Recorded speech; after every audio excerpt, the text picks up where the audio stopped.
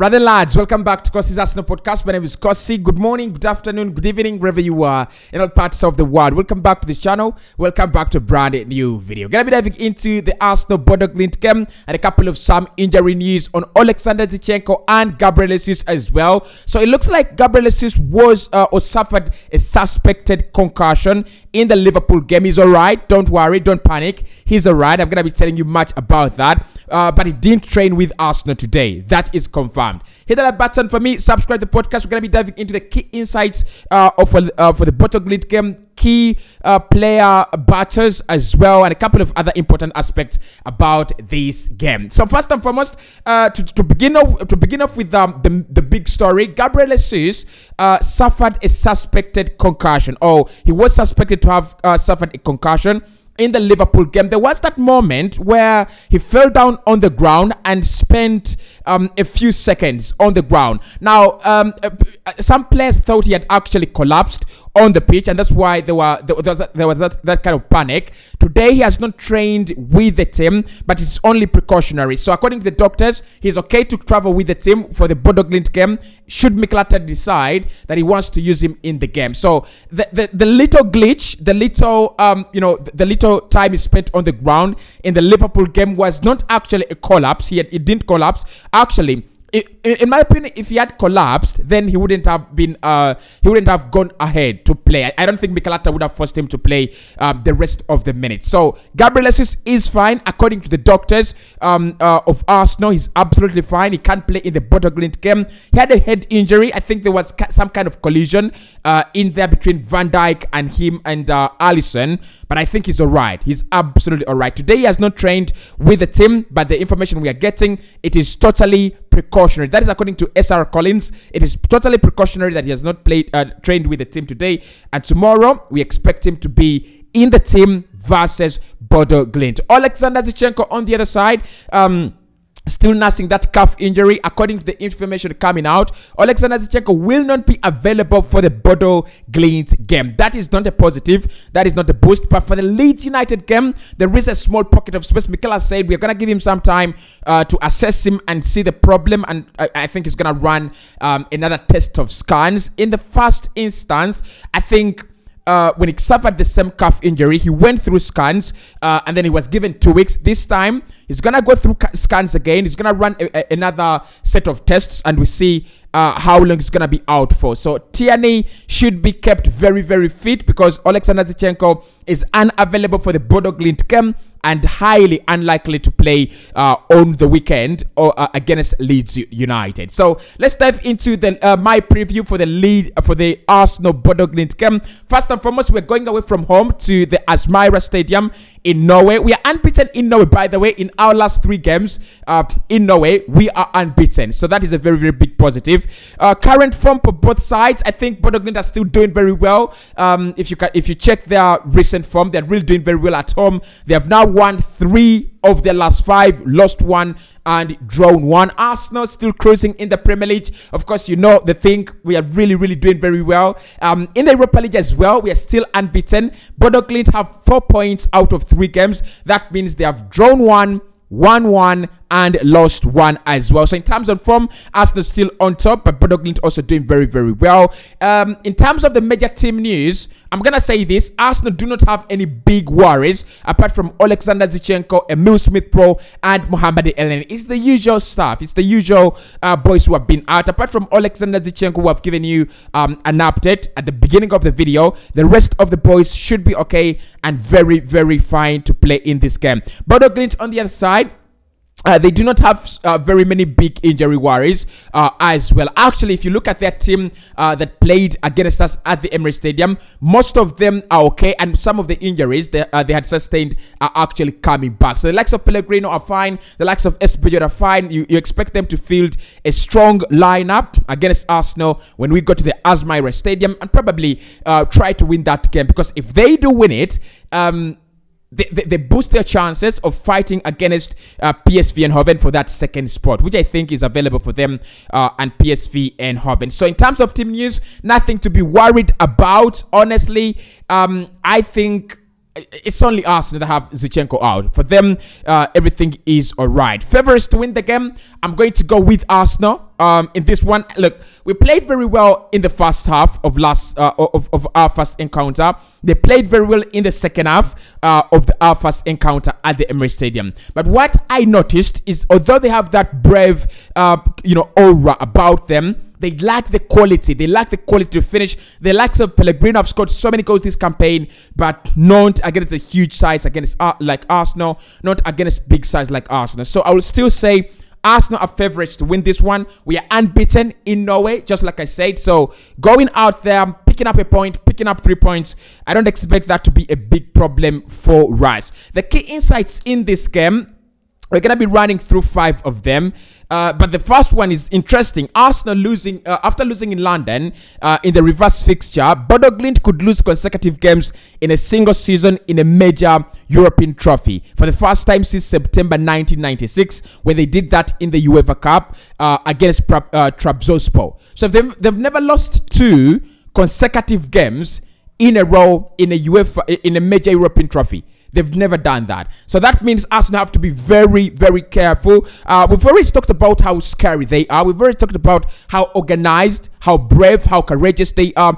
And you can see even in their history, it is actually in their favor. They've not lost 2 consecutive European games. And that means they can pick up a draw against Arsenal. It's the record stands that they've not lost 2 consecutive games since 1996. So could Arsenal be the first team to break that record from 66 to now? I feel like it's high time the record actually is broken. Now, insight number 2: Arsenal unbeaten away to Norwegian teams in Europe, winning 2 and drawing 1. Most recently beating Molde 3-0 in the competition in 2020-2021, with goals from Nicola Pepe, Reece Nelson, and Florin Balogun. So I don't think there is a lot of quality in Norwegian sides. Like I would rather play a Norwegian side than playing a team from Ukraine, Shakhtar, or Dynamo Kiev, right? So I would rather play a team from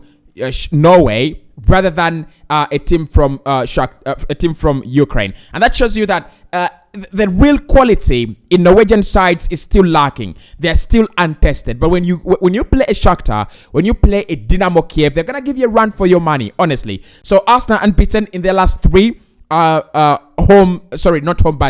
away travels to Norway. Number 3, BODO GLIMT have won 14 consecutive home games in European competitions, the longest run by any side apart from Barcelona's 15-game stretch, which ended in March 2017.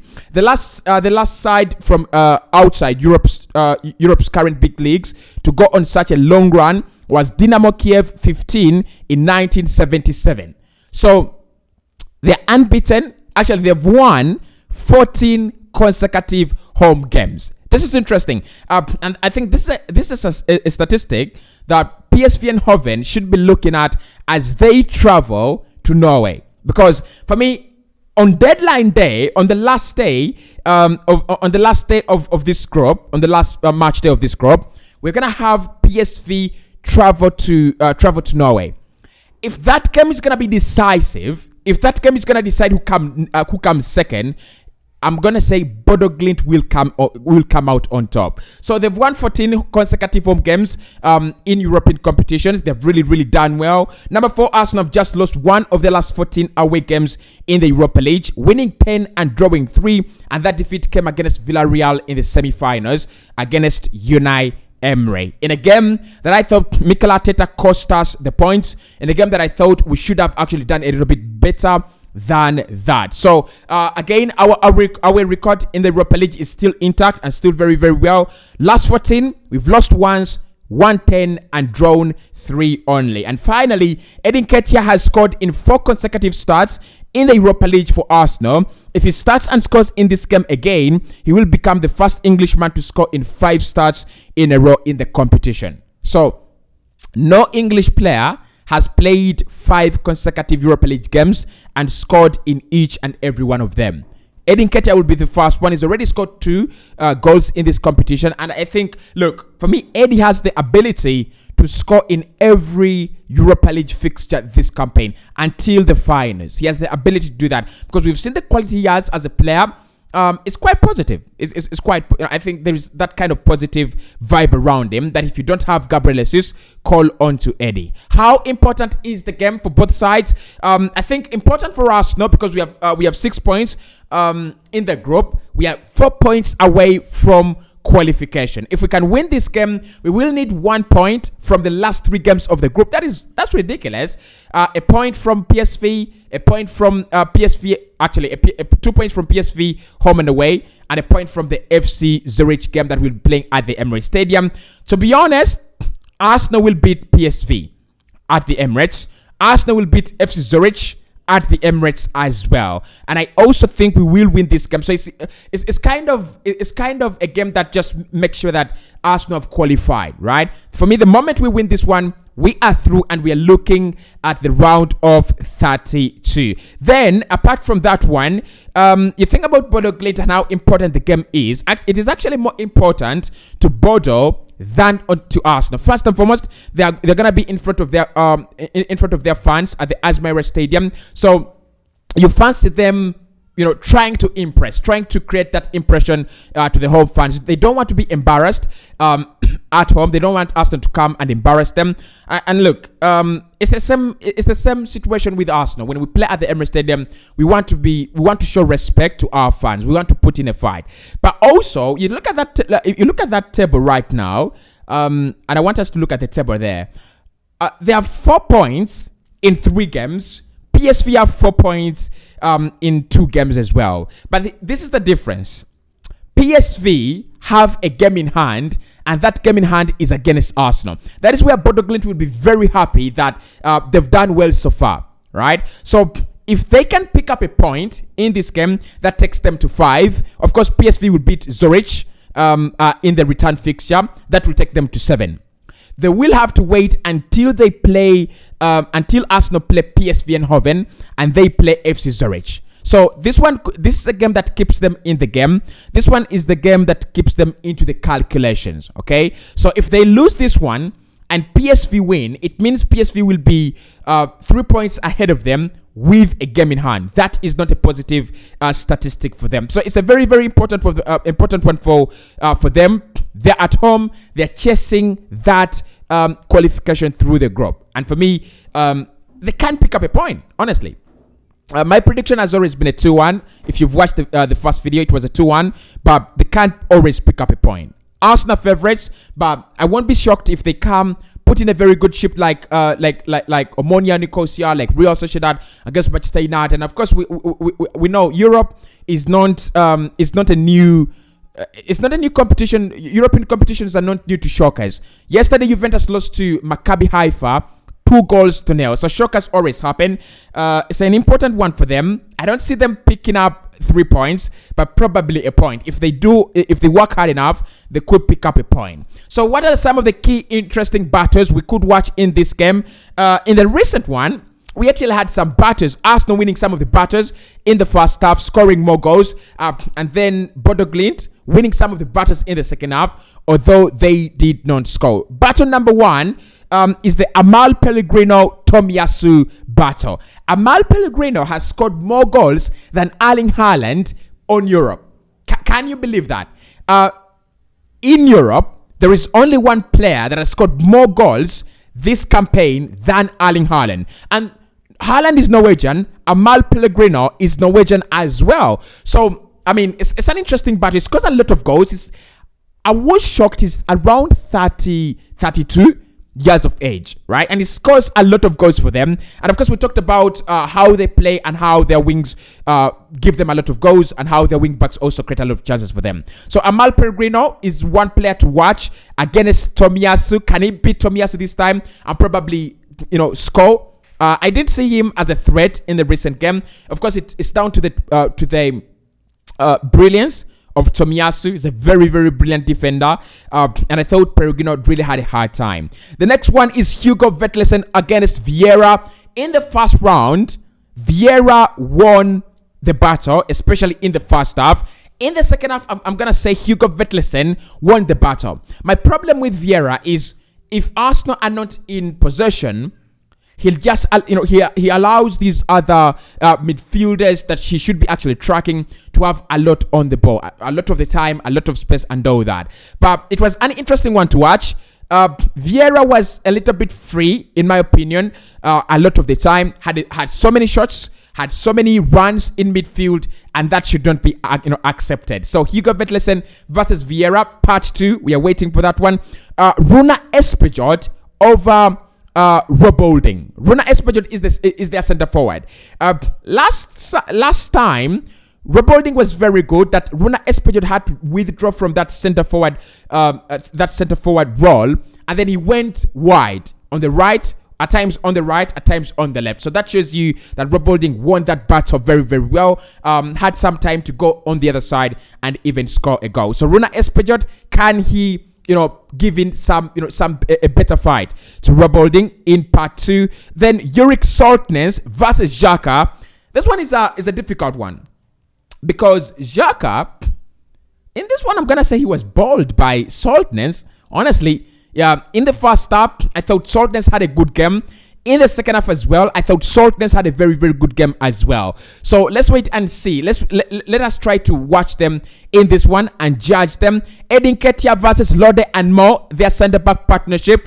The goal they conceded was kind of a reaction goal, in my opinion. They didn't react very, very well. So, but apart from that, was Eddie really given that kind of freedom to operate? Not really. Yes, he had a chance on goal that Odegaard set him up.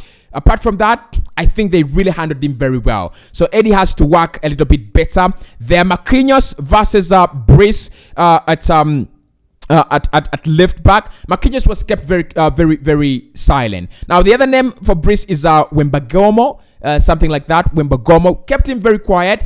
It was quite different from what we saw Marquinhos do in the FC Zurich game. Like I said, this was a little bit more of an upgrade in terms of quality to the FC Zurich team that we played in the first game. So Marquinhos, can he come out of that battle in this round? And then Martinelli versus Samsted. Martinelli, I think, look, he's got that ability to destroy any kind of defender, any kind of player he comes up against. So that one is a no-brainer. But can we expect Samsted probably do better and stop him? Trent Alexander-Arnold didn't do that over the weekend. So if Martinelli starts, we're going to see another interesting one against him and Samsted. And of course, remember, their mentality is now changed. They're more brave there at home. So that is my preview for the BODO GLIMT game. In terms of the injury news, Gabriel Jesus didn't suffer a concussion, so he's fine. Didn't train today because of a precaution, but he's absolutely fine. Alexander Zinchenko is the player we're waiting for to be back. I'll be uploading my How to Beat series later in the evening, and will be live for the Arsenal transfer episode. Trossard, Bellingham, and more. And I'll see you soon.